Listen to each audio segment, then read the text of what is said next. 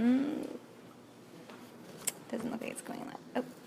Alrighty, hello and welcome back to another episode of Style Uncut. Today we have a guest stylist with us. Alin has been a stylist for 10 years. He's based in San Francisco, and he'll be demonstrating the lived-in look for us today. Hi.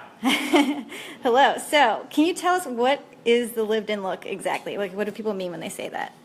I think it's just about like effortless texture, a shape that hasn't just been cut. It's kind of like a halfway point, and just really seamless and high texture throughout the shape of the hair. Yeah. Great. So, let's get started. Sweet. So, let's see. With Frankie, I horseshoed her hair, just kind of a circle from side to side, and I'm just going to be working in 2-inch parts at a diagonal with this tool called GHD curve. It's like a wand, but it's kind of like a flatter surface to it, yeah. so you can kind of get even more of a natural look with it. It's got medium heat, so it won't leave it too ironed, if you know what I mean, like a little bit too over the top. It's going to leave it a little bit more natural. Is this a tool that you use a lot? This is pretty much what I use exclusively Oh, okay. for every single haircut. So essentially I held it at a diagonal and then wrapped it at an S, and simultaneously, I'll do it again,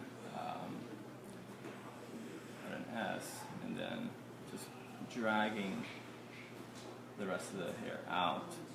And you get kind of almost like a very, very loose type of finish.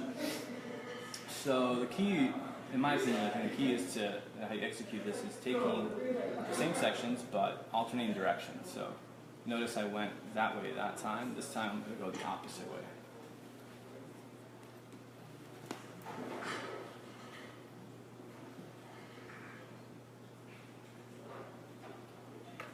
Cool. Oh, great. Okay. And it's okay if a couple pieces fall out. It doesn't need to be perfect. That's like the key thing about this look. I think one mistake you can kind of get into is over ironing every single piece and kind of just spending too much time with the shape. So just get used to kind of grabbing a piece, loose as, drag it out, and just let the hair do what it wants to do. And make sure not to touch it until the very end.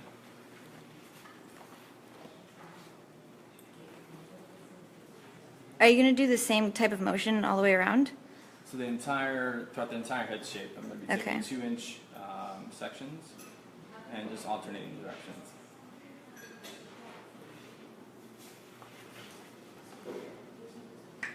So I've noticed this is a very popular look. How do you stay on top of trends? Let's see, I think just going about the city, getting a lot of inspiration from the different type of hair throughout the districts in San Francisco. Oh, okay. Mission's kind of have a different feel. Marina's kind of going to have a totally different look. Definitely. On top of all that, fashion is kind of where I get a lot of my trend kind of information. Kind of looking at popular lines like Demir Goma, Comme des Garçons, a lot of these guys, and just seeing the hair that they do on the runway. Really, that's kind of how I stay on top of it. So you mentioned this is one of your favorite tools, right? Do you have Yeah. any other tools or products that you stand by? Let's see. I like Kevin Murphy a lot. Okay. Yeah, they're pretty much what I use exclusively. It's an Australian line. They are eco-focused. It's vegetarian. The consistency of each product is really lightweight, so as an artist it kind of gives me a lot of flexibility to kind of use a decent amount of the product, and there's really like low risk for error with it, which I like a lot. I like using quite a bit of it, and it's very, very much water-based.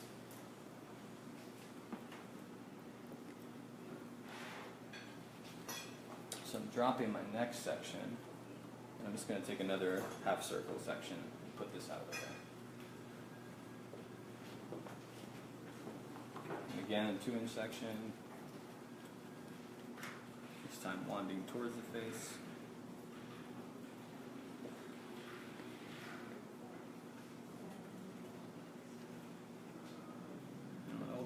seconds and just wrap it loose. And then I'm just going to let it sit. Great. So can you tell me a little bit about how you got started in your career? Let's see. It's a funny story. It was really random. I was a receptionist at a salon, and I was in college, but I didn't know what I was really studying. And I just began watching hairdressers work while being in the salon. And I've always been artistic, but I just could never find a way to release that. I liked drawing, but it wasn't enough. And so I think what really got me into hair was I had a friend who was a receptionist who his father was a CEO of the salon, and he said he was going to be a hairdresser. And really, it was more of a competitive thing. I said, if you can do it, I can do it. And so I went to beauty school to compete with him. And after that, I actually became really obsessed with hair, and especially the cutting part. That is so funny. That's about it, really. It wasn't. So you have your competitiveness to thank. Yeah. So it was really funny. And yeah, 10.5 years later. So yeah, just continuing random sections back and forth. Okay. I'm gonna make sure I get in the light here.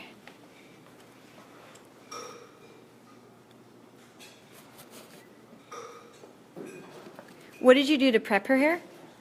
So I smoothed it out with a straight paddle brush, and not over the top smooth it out. You don't necessarily need to blow it out. I just kind of light paddle brush, left it. It's got a slight amount of flyaways, but the iron takes care of that. And then I just used Kevin Murphy's Do-Over, which is a texturizing dry shampoo. Okay. So I like to prep with that because it protects the hair before I start wanding, and it also kind of gives it a slight hold. So it's a before and after. I like using it now, and then I'll use it at the end also. We actually have someone who just started tuning in just now, and they missed the name of the tool. So can you give us that name again? Yeah, GHD Curve. Okay. Yeah. I'll put a link in the video as well, so you guys can check that out. They just released a new one. I think it's more, the second one's a little bit more circular. So Oh, okay. the one I have, it's the old edition. It's a little bit more of a flatter surface. But again, it's kind of like a pen, I like to think of it.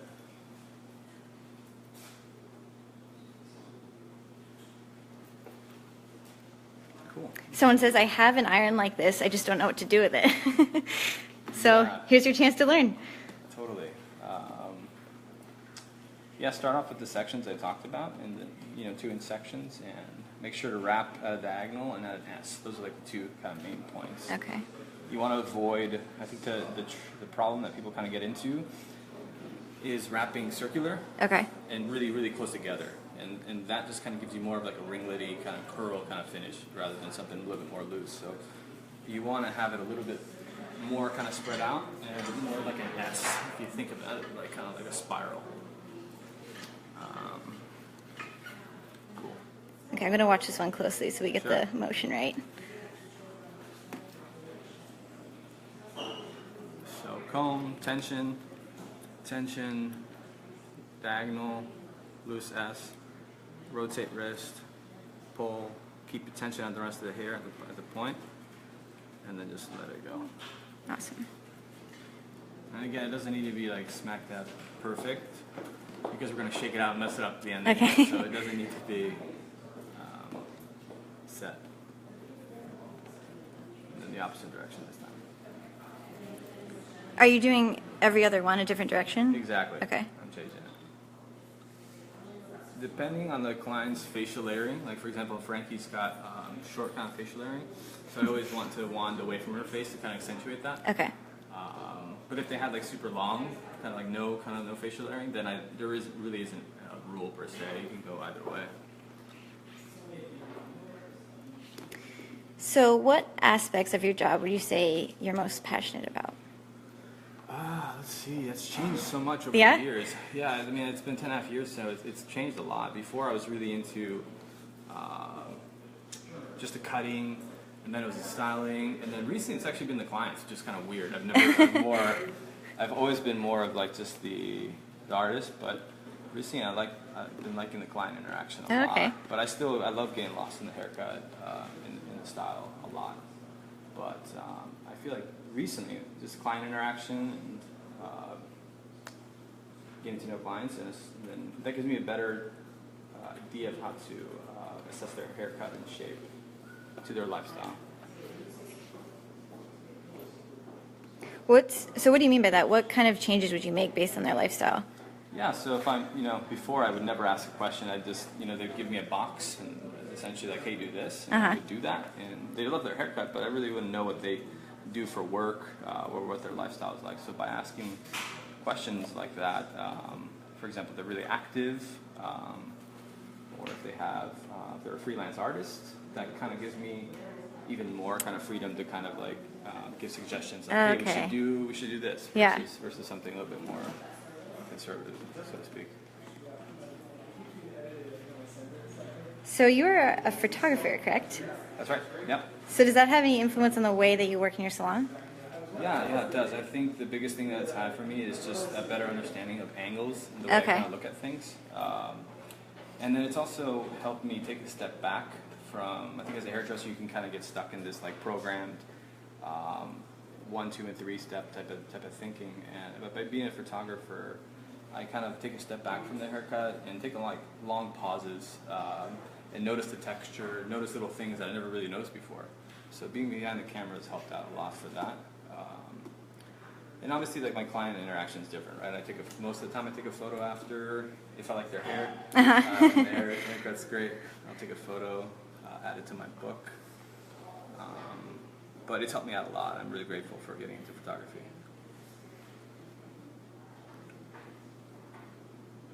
Do you have any preference of types of hair that you like to work with or anything? Yeah, I love dry cutting. Okay. Super lived-in hair, yeah. Okay. It's kind of like what I've been into in the last like 2.5, 3 years. Okay. I like cutting mid-length lobs. I like long hair a lot recently. It's like a shaggy feel, like a high 60s kind of facial layering. Oh, cool. Okay. And super long length. That's been kind of fun lately. But I feel like the whole lob is still kind of going through. Oh, yeah, for sure. I'm doing a lot of these.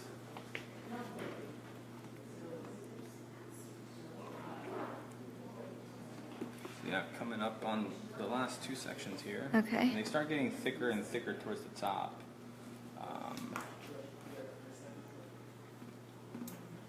So this section, let's see, I'm going to do it away. Sometimes in the middle of the style, I'll just change my mind and maybe do 2 back to back in one direction. Okay. And 1 this way. So I really make it a priority not to be boxed into some sort of like rule. So you're kind of sculpting it. Yeah, exactly. I think the more you do hair, the more you can kind of get into that type of thinking.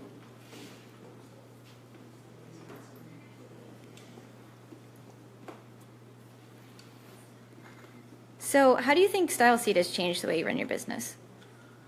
Yeah, I think, let's see. I think it's been huge in terms of showcasing my work. I think traditionally as a hairdresser, Yelp was kind of the biggest thing that helped you out. But StyleSeat has kind of given me a platform to kind of showcase my work as a photographer and as a hairdresser. So. Yeah, you've got some awesome photos. Yeah, Did you take all those photos? Most of them are mine. Awesome. And some of them are collaborations with other photographers and vice versa. I'll put a link to Alan's profile because you guys have to see these photos. So yeah, that's been big. And then also I like the statistic part of StyleSeat that lets me kind of look at my numbers and kind of takes a lot of weight off my back for counting my totals and stuff like that. Okay. Which I've never been really good at. So I think that's helped me out a lot. Great.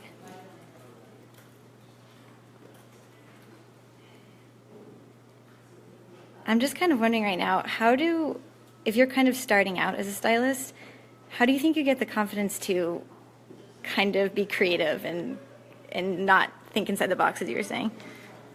Yeah, it's challenging because when you first start out, you're kind of learning the basics, and I'm all about kind of fundamentals and the basics. So okay. I think when you start out, I think it's good to be in some sort of box for a period of time. I think it's a part of the process, but it's up to you when you feel like you're ready to kind of like expand a little bit. And yeah, just don't be afraid to make mistakes. I think mistakes are great. You can learn from them immediately, and they help you grow. So just be ready to make mistakes, be teachable, and I think that'll give you a lot of confidence going forward.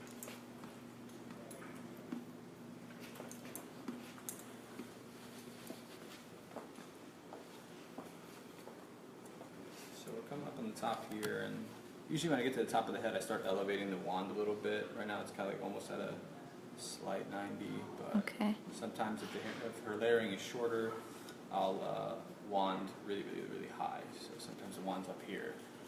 But her layering is a little bit more traditional, which the lob is. There's really no layering. Everything's a one length. And you can kind of play around with the texture more.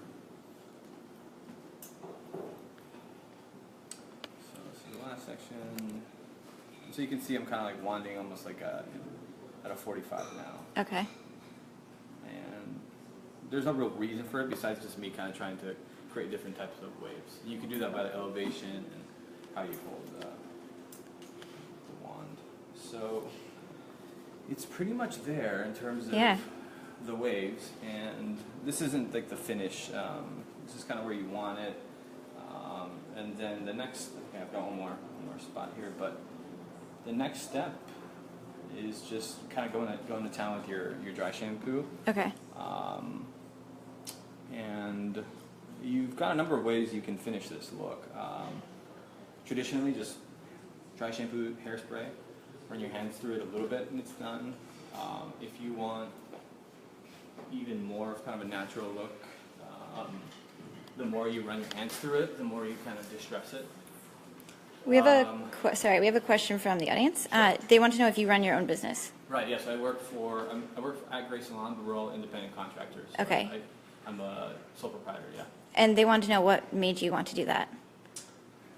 Yeah, I think it's the same answer that a lot of hairdressers have. I think you work for someone for a while, you build a clientele, and you kind of hit a wall. You want to expand a little bit more in terms of finances and then also just career opportunities. So it's definitely hard. I think it's taught me a lot. The managing the money part of it and just handling all the taxes and all that, that's the difficult part of it. But it's really great setting up your own schedule. There's a freedom to it. But it also comes with a high responsibility. So. Do you have any tips for someone who is thinking about branching out? Like anything you wish you could have told yourself back then? Yeah, take your time. Take your time. Don't let your emotions get the best of you. You know, typically you work for somebody. I know it doesn't feel the best when someone's taking a 50%, 60% cut of what you make, but nonetheless, take your time. Really, really, really make sure you're ready because it's a big responsibility. Make sure you've got a good amount of clients, and make sure you know for yourself that you're actually ready in terms of the talent that you have to offer to your clients and the growth of where you're currently at. And I think that's a question that only you can answer for yourself. Nobody else can really do that. So, yeah. That's great advice. So, kind of the finish here. So Okay. what I'm going to do, which I like doing most of the time, is I'll usually dry shampoo it, and then I'll hit it with a blow dryer. Okay. And that kind of like really kind of promotes even more of that kind of like effortless, kind of beachy, lifting kind of feel. So no real step work here. You don't. It doesn't. The only thing I would say not to do is hold the dry shampoo super close to the scalp. So give it like a 6-inch kind of gap, and using your fingers just kind of lift the hair so you can kind of get the root a little bit.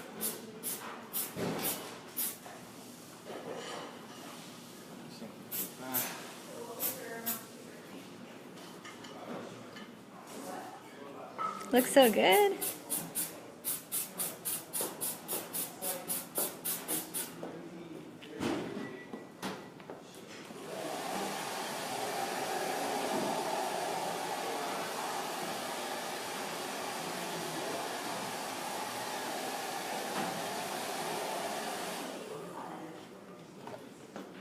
And again, you know, we know that we kind of mess it all up in the end, so I like to kind of run my hands throughout the head of the top of the head.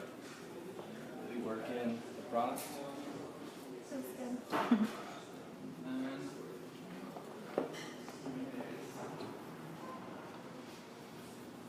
so again, my personal kind of style is I try to like not make it look like I did what I did. It's kind of weird, but I don't want people to know I just wanted it. I want it to look like she just went about her day for 2-3 days and hasn't done much to her hair and just kind of showed up like this. That's the whole effortless thing, yeah.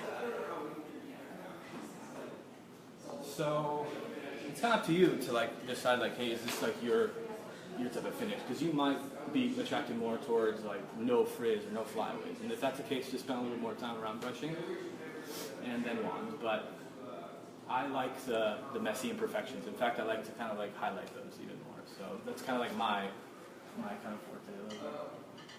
Awesome. Excellent. Thank you so much for joining us. That was very helpful. Yeah. All right. Make sure you guys turn in next week and leave a comment if you have any questions. See you next time.